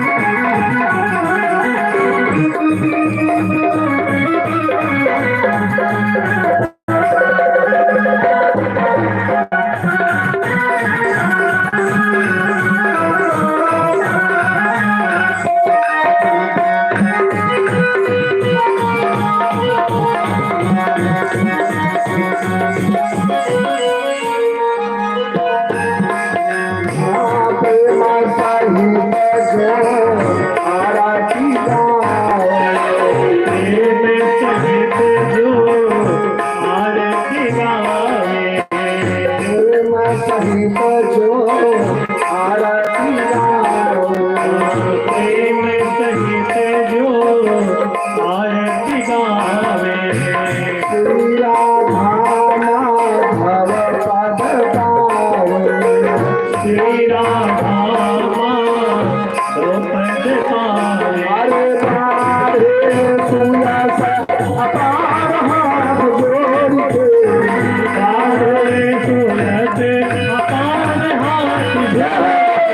श्यामा तेरी आरती जान भैया तेरी तेरी आरती करते तेरी आरती सारा संसार करेगा हाथ जोड़ के सारा संसार करेगा हाथ जोड़ के श्यामा तेरी आरती जान भैया तेरी श्यामा तेरी आरती करिया तेरी आरती श्यामा तेरी आरती करिया तेरी आरती श्यामा तेरी आरती करिया तेरी आरती कर्पूर बाराम सदाम संसारो साराम सदा संतम भवानी भगवती लोकाभिरामं रंग तीरं जीवन रम रघुवंशनाथं